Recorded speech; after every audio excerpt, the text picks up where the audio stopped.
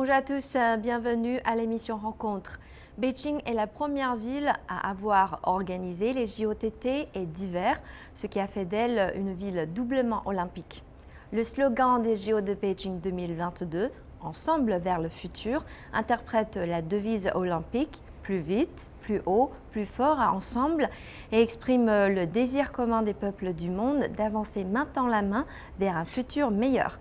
Aujourd'hui, nous avons le plaisir de recevoir par visioconférence M. Nicolas Poirot, PDG d'Air Liquide Chine, et M. Lisson, expert des relations sino-françaises dans le domaine culturel, et qui vont nous livrer leur vision des JO d'hiver de Beijing. Bonjour. Bonjour à vous. Bonjour. Bienvenue à vous deux. La cérémonie d'ouverture des JO d'hiver de Beijing, qui n'a duré que 100 minutes, a mêlé avec brio technologie et art et a présenté la culture chinoise sous un nouvel angle à l'aide du terme solaire Li Chun, marquant le début du printemps. Et pouvez-vous partager avec nous vos impressions sur cette cérémonie et le moment qui vous a le plus marqué durant cette cérémonie, Monsieur Li? Alors moi, j'ai regardé avec brio, hein, avec beaucoup d'enthousiasme cette ouverture, ces cérémonies d'ouverture. Je pense qu'il y a plusieurs moments assez forts, assez marquants. Notamment, ce qui m'a beaucoup impressionné, c'est les anneaux olympiques en glace, en fait, qui ont été, je crois, dessinés au laser avec une technologie assez incroyable. Donc ça, c'est assez fort. Il y a aussi un autre moment fort, c'est des enfants qui ont chanté l'hymne des JO en grec. Je pense que là, les écoliers chinois, ils ont mis quand même beaucoup d'énergie. Et puis, outre la prouesse linguistique et la performance lyrique exceptionnelle, je pense que ça souligne un petit peu le thème central, justement, le futur. Le futur, c'est aussi la jeunesse. La jeunesse représente le futur. Et je pense que aussi ce qui est assez comment dire, impressionnant aussi, c'est le compte à rebours avec, au début de la cérémonie. On a commencé par 24, parce que c'est effectivement pour le monde occidental, c'est pas facile de comprendre pourquoi on commence par 24, tout en montrant les 24 Jieqi. Donc, comme vous avez expliqué, c'est le segment de saison. Donc, ça, c'est vraiment la culture chinoise, et les 24 périodes solaires et du calendrier chinois. Donc, pour terminer avec le Li Chun, donc l'établissement du printemps. Donc ça aussi, ça rejoint un petit peu à l'idée de la jeunesse, de l'établissement du printemps. Je pense que ça, c'est le côté, à la fois on associe la culture chinoise et tout en mêlant un peu la technologie moderne. Et c'est ce que moi j'ai vu. Donc il y a les deux côtés, quoi. Voilà. Et Monsieur Poirot, que pensez-vous des références à la culture chinoise? Par exemple, pour ceux qui ne connaissent pas beaucoup la culture chinoise, ce compte à rebours en référence à 24 fêtes chinoises, c'est facile à comprendre? Alors, tout d'abord, oui, moi je suis tout à fait d'accord avec Monsieur Li. Cette cérémonie a été très inspirée, j'ai trouvé, très inspirante, très poétique. Moi, j'ai regardé en famille à Shanghai et j'ai vécu ici plusieurs années. On a voyagé dans beaucoup de provinces. Nous, ce qui nous a marqué, au-delà des sourires, des enfants qui étaient très présents, c'est aussi le fait qu'on avait beaucoup d'images en fond de la Chine. C'était sur des écrans sur le sol. Et je trouvais que ce fond donnait vraiment une image que moi, vivant ici, je ressens de la Chine, qui est souvent pas connue à l'étranger, de la nature, de la diversité des paysages. J'ai trouvé ce mélange avec la référence à laquelle vous faites sur ces symboles très chinois qui sont les chiffres, le printemps. C'était le 4 février, donc le 4-2 ou le 2-4, les 24e JO. Effectivement, pour certains étrangers, tout n'est pas forcément tout de suite compréhensible, mais en fait, ça ouvre, ça donne envie de comprendre, ça donne envie d'aller regarder pourquoi ces chiffres sont des symboles, la Lune et le Soleil en Chine, et pourquoi effectivement, dans cette partie du monde, les gens célèbrent le printemps. Et il y a beaucoup de gens, effectivement, en Occident qui connaissent le Nouvel An lunaire, qu'on appelle parfois le Nouvel An chinois dans certains pays, mais très souvent, les gens ne comprennent pas qu'en Asie, en fait, le lien est le printemps. Et j'ai trouvé que la cérémonie mélangeait très bien l'hiver et le printemps, comme vous le disiez, et c'était de ce point de vue-là très joli. Vous avez également regardé la cérémonie des JOTT 2008 et vous avez dit que cette cérémonie vous avait beaucoup impressionné. D'après vous, quelles sont les différences entre ces deux cérémonies? Quelles sont vos différentes impressions, Monsieur Poirot? Alors, effectivement, c'est très intéressant parce que, comme vous disiez, Beijing a ce cas unique d'avoir eu les JO d'été et d'hiver. Il y a 14 ans, j'étais moi-même en famille au Vietnam. Ma première fille avait 1 an. On connaissait moins bien la Chine. Je venais en Chine régulièrement, mais je n'y vivais pas. Et forcément, la cérémonie des Jeux d'été, elle a été marquante parce qu'elle était grandiose, elle était énorme, elle était énormément de participants, beaucoup de technologies. Donc, c'était un espèce de symbole de cette Chine qui, tout d'un coup, se révélait au monde de par la taille et de par sa réussite. Et j'ai trouvé cette fois-ci, connaissant moi-même mieux, je dirais, la Chine qui a évolué, un côté beaucoup plus épuré, plus simple, plus court, plus poétique et qui avait moins besoin de se montrer, même s'il y a beaucoup de technologies. Les technologies, je les trouvais, moi, étaient bien utilisées pour passer des messages beaucoup plus poétiques et plus symboliques. Et dans un symbole personnel, la première fois que je suis venu en Chine dans les années 99, j'ai été marqué par l'aéroport de Pudong, qui était tout neuf et qui était gigantesque. Et récemment, quand je suis allé à l'aéroport de Daxing à Pékin, ce qui m'a marqué, c'est que même si cet aéroport est à nouveau gigantesque, en fait, il est marquant parce qu'il est très beau. Et je fais le même parallèle entre ces deux cérémonies et ces deux aéroports. On voit bien qu'en 14 ans, on a des notions beaucoup plus d'art, de culture, beaucoup plus de sentiments et d'esprit. Voilà ce qui m'a marqué dans les différences. Et nous l'avons tous vu cette année, la flamme olympique était bien moins grande que les années précédentes. C'était une toute petite flamme placée au centre d'un grand flocon de neige. Monsieur Lee, que pensez-vous de ce choix? Bon, après, je suis pas un grand spécialiste de ça, mais je crois que normalement, le design déjà de la torche, cette année, s'inspire un peu d'une feuille. Donc, tout le côté naturel. Voilà. Et après, je crois, hein, j'ai fait mes petites recherches. Apparemment, ils ont utilisé, enfin, pour les années précédentes, en tout cas dans les JO, en fait, on utilisait quand même des combustibles tels que le gaz liquéfié. Donc, cette année, je crois qu'ils ont utilisé l'énergie hydrogène, donc qui est pas du tout polluant, et donc il n'y a pas de dioxyde d'azote qui est produit. Donc, comme le thème principal aussi, c'est l'environnement, et donc je pense que c'est une sorte de symbole pour montrer que voilà, même pour cette cérémonie, lorsqu'on allume la torche, on allume le feu, et ben, on pense à ce côté protection de l'environnement. Voilà, c'est un peu ça, quoi. Comme ça, je vois les choses. Et Monsieur Poirot, vous avez des choses à compléter? Je suis d'accord. Déjà, l'utilisation de l'hydrogène, qui a été le cas aux Jeux Olympiques de Tokyo l'été dernier, est un beau symbole. Mais je crois aussi que les organisateurs avaient annoncé une surprise. Donc tout le monde attendait une surprise. Et ce qui est intéressant, c'est que je crois qu'en fait, à nouveau, tout le monde attendait quelque chose d'encore plus grandiose que d'habitude. Et finalement, le fait que la surprise était que cette flamme était simplifiée, épurée, ça retourne un peu sur les sentiments que j'avais de la cérémonie. Et j'ai trouvé que c'était une belle surprise de la part du comité d'organisation de faire cette flamme très symbolique, très pure. Et à nouveau, j'ai trouvé ça, moi, très positif. Et parmi les quatre objectifs des JO d'hiver de Beijing, celui des JO verts occupe la première place. Et les installations écologiques et les technologies à faible émission de carbone, à l'intérieur comme à l'extérieur des sites olympiques, ont montré au monde la sincérité et les efforts de la Chine pour honorer ses engagements écologiques. Selon vous, dans quel domaine le concept de l'écologie ressort-il le plus, Monsieur Lee? Alors moi, je fais une petite comparaison avec les JO de 2008. Je pense que le monde entier a été très impressionné aussi par notamment les grands pas, un peu les feux d'artifice qui a marqué quand même le monde entier.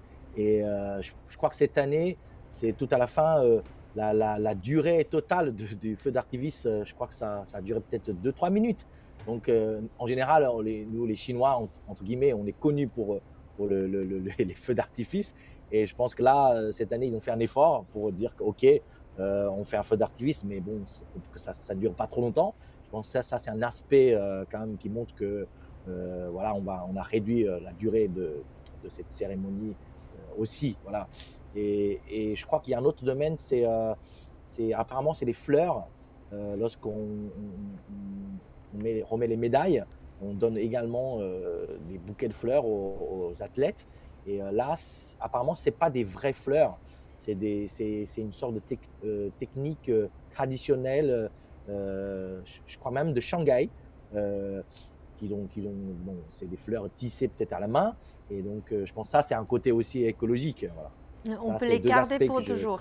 je- voilà, par exemple, voilà. Même les athlètes, il peut les emmener à la maison comme un souvenir de Chine. Et Monsieur Poirot, pour vous, quels sont les côtés écologiques? En lien avec les objectifs que à la fois la Chine a annoncés, mais la plupart des entreprises dans le monde, de réduire le CO2, les émissions de CO2 et de passer dans un monde d'énergie renouvelable, je crois que c'est la première fois que les Jeux olympiques se sont vraiment attelés à faire en sorte que toute l'énergie fournie pour les JO, mais même pour les villes autour des Jeux olympiques, soit renouvelable. Donc il y a énormément d'efforts qui ont été faits sur l'énergie éolienne, solaire, et bien entendu aussi vis-à-vis de l'hydrogène. Donc il y a des électrolyseurs qui ont été construits spécialement dans la région. Il y a, je crois, une trentaine de stations de remplissage d'hydrogène pour remplir la flotte de bus des Jeux olympiques. À ma connaissance, c'est la première fois ou la plus grande flotte de l'histoire, puisqu'il y a, je crois, 1000 bus qui sont utilisés dans les Jeux olympiques et qui fonctionnent à l'hydrogène. Alors non seulement c'est très bien parce que l'hydrogène évidemment pollue pas, les bus émettent de l'eau, mais aussi le temps de remplissage par rapport à l'électrique est plus rapide. Et puis surtout, le point clé pour les JO, c'est la température. Comme il fait très froid, parfois certaines voitures électriques ou bus électriques ont des problèmes pour démarrer dans les conditions de froid. Ce n'est pas le cas de l'hydrogène. Donc de ce point de vue-là, c'est remarquable. Il y a énormément d'efforts de fait sur l'énergie autour des Jeux olympiques. Et le deuxième point qui est aussi pour moi très important pour un pays comme la Chine qui a une forte industrie, c'est ce qu'on appelle l'économie circulaire. C'est le fameux centre de snowboard Big Air. En fait, c'est un site historique industriel, c'était une aciérie à Shugang, qui a été recyclé. Plutôt que de tout détruire et de reconstruire, on utilise des choses qui sont déjà là, on recycle et on revalorise un site. Et c'est ce que nous, on a connu en Europe avec des vieux sites industriels, comment faire en sorte de les requalifier dans les sites de loisirs, dans les sites de sport. Et les gens parlent beaucoup d'énergie renouvelable sur ces Jeux de Pékin et c'est louable, mais je crois aussi que ce côté recyclage de sites me paraît important comme symbole et comme action concrète. Et je suppose que vous avez tous les deux suivi les épreuves des JO d'hiver. Lesquelles préférez-vous?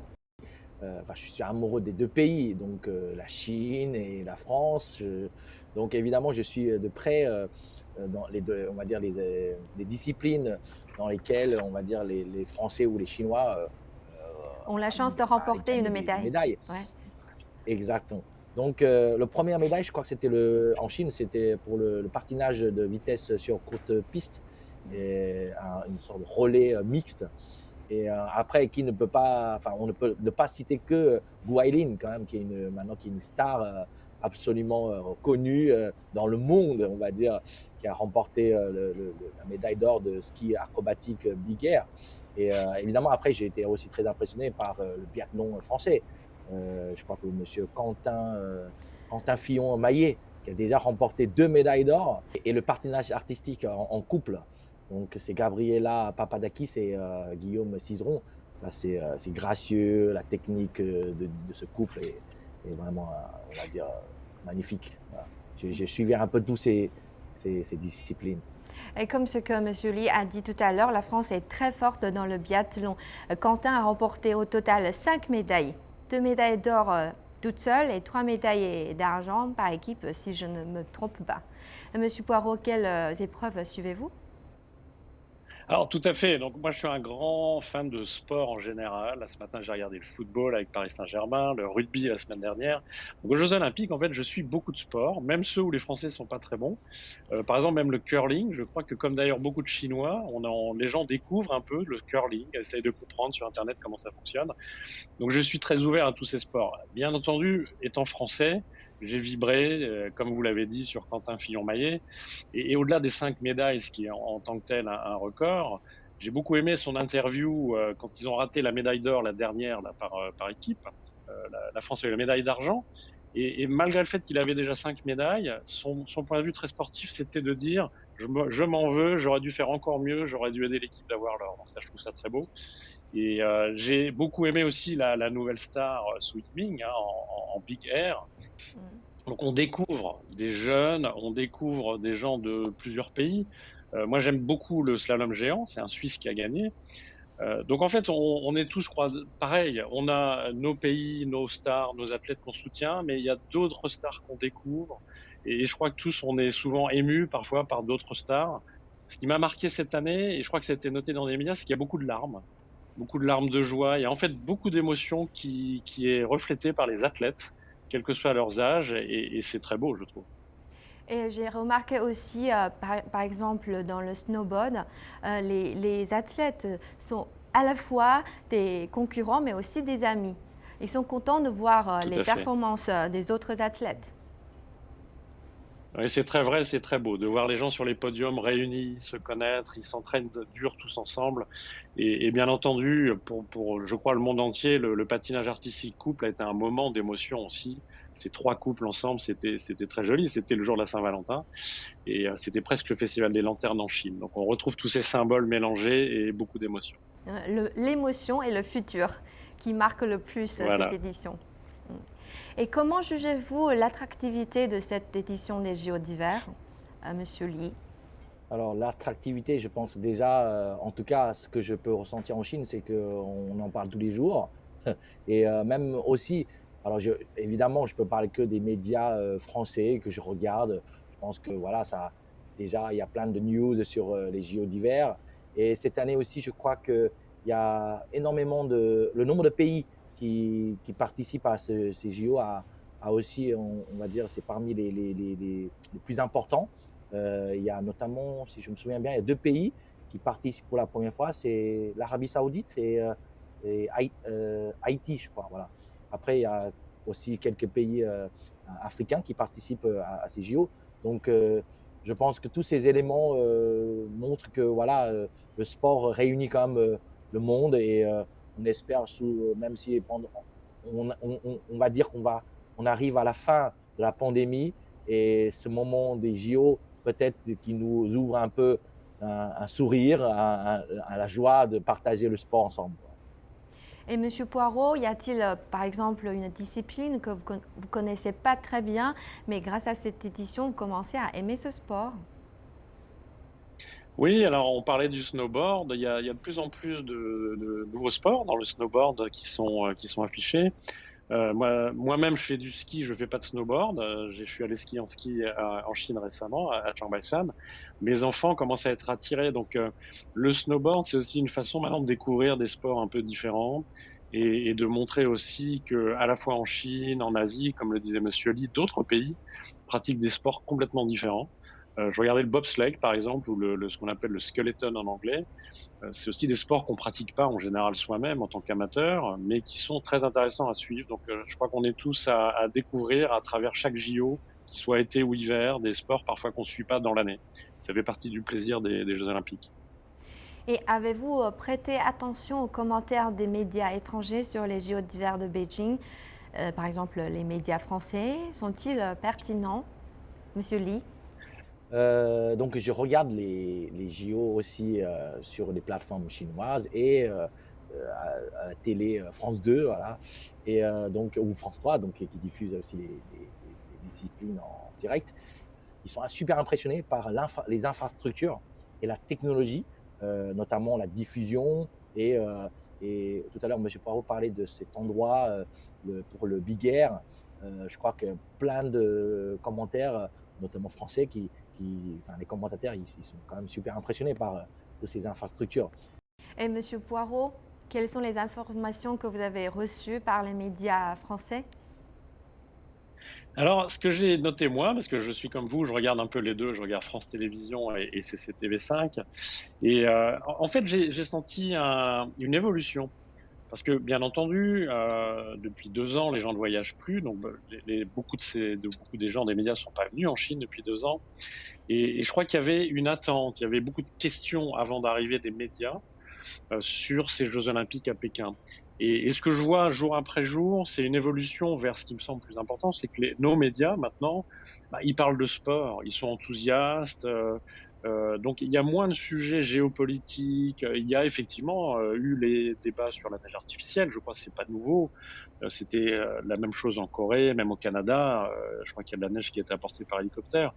Euh, à Pékin, la neige artificielle est faite avec des technologies d'ailleurs très européennes ou internationales, à partir d'eau de pluie et d'énergie renouvelable. Donc, il y a toujours des débats, mais de ce que moi je ressens, c'est que plus on avance dans les Jeux Olympiques, plus les médias, en tout cas français, bah, ils sont dans l'ambiance, ils sont dans l'enthousiasme du sport, et après tout, c'est ce qui est important.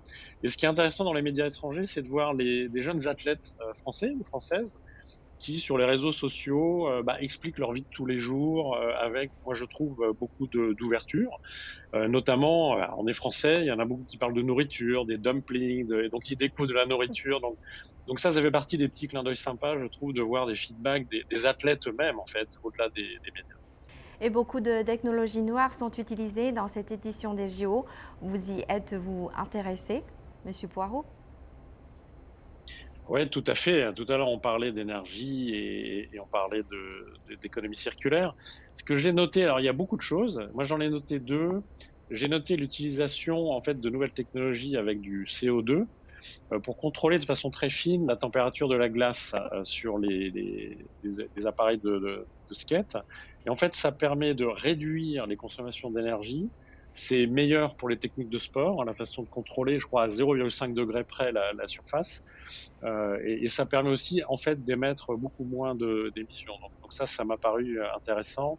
Et j'ai vu aussi que les athlètes portaient je sais pas comment ça s'appelle, c'est un peu comme des pansements, mais qui sont transmetteurs, bien entendu, qui sont des smart bands, qui permettent de contrôler aussi eux-mêmes leur corps, la température, et de contrôler dans les conditions dans lesquelles ils sont beaucoup de choses. Donc on voit qu'il y a beaucoup effectivement de nouveaux types de technologies. Alors on les appelle les technologies noires, mais je crois qu'il y en a encore d'autres. Ouais, c'est très intéressant. Moi, ce que j'ai remarqué, c'est quand même par rapport à la diffusion, avec des images magnifiques en haute qualité de 4K.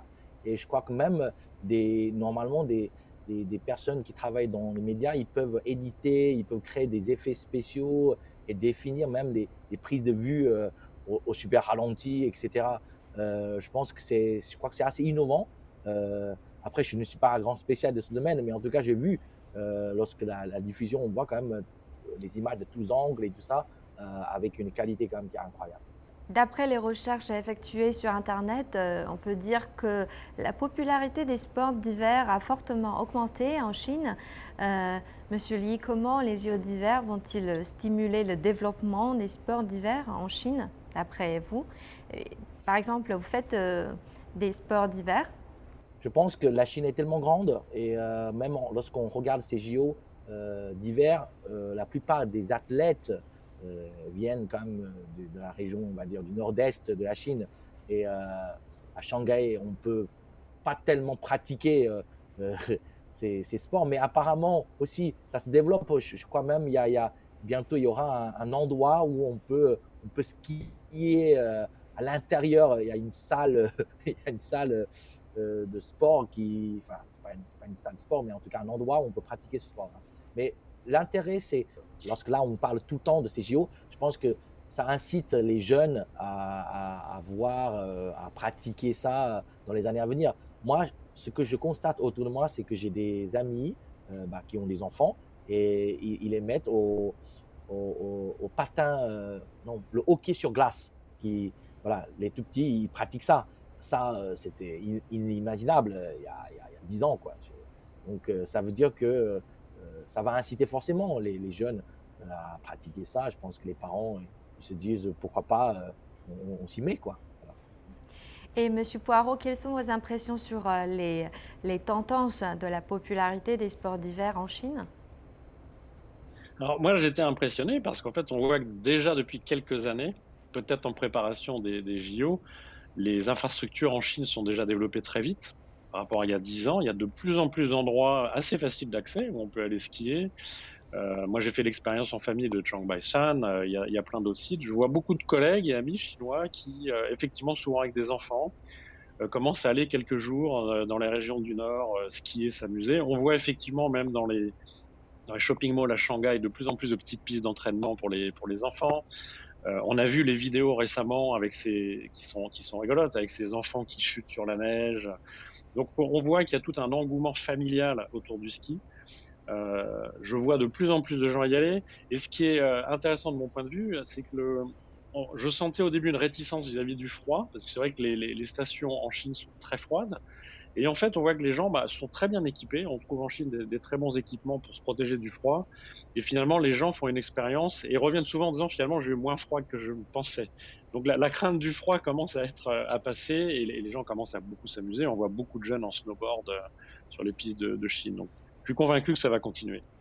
Et moi, je viens du sud de la Chine. Je peux dire que avant, peut-être, il y a personne qui fait du ski dans le sud. Mais maintenant, on peut voir, il y a de plus en plus de sites qui offrent du service pour que les enfants peuvent essayer d'apprendre le ski, d'apprendre les sports d'hiver. Tout à fait. Et malgré la pandémie, la Chine a surmonté de nombreuses difficultés et est parvenue à organiser cet événement sportif de grande envergure. Qu'est-ce que cela signifie sur le plan international? Moi, je pense que tout comme les JO d'été au Japon, donc qui a été retardé d'un an, organiser des JO dans un contexte sanitaire mondial extrêmement fragile, c'est un vrai réel challenge. Que ce soit le Japon ou la Chine, ils ont réussi à relever ce défi. Mais je pense que dans ce contexte-là, le monde a besoin de se réunir, d'être ensemble, d'avoir de la solidarité. Et les sportifs nous montrent voilà, tout cet esprit. Tout à l'heure, M. Pourra en parler aussi. Voilà, on a vu beaucoup de larmes, pardon, beaucoup de larmes. Et cela montre que voilà, il y a de l'énergie, il y a la joie, c'est des larmes de joie. Voilà.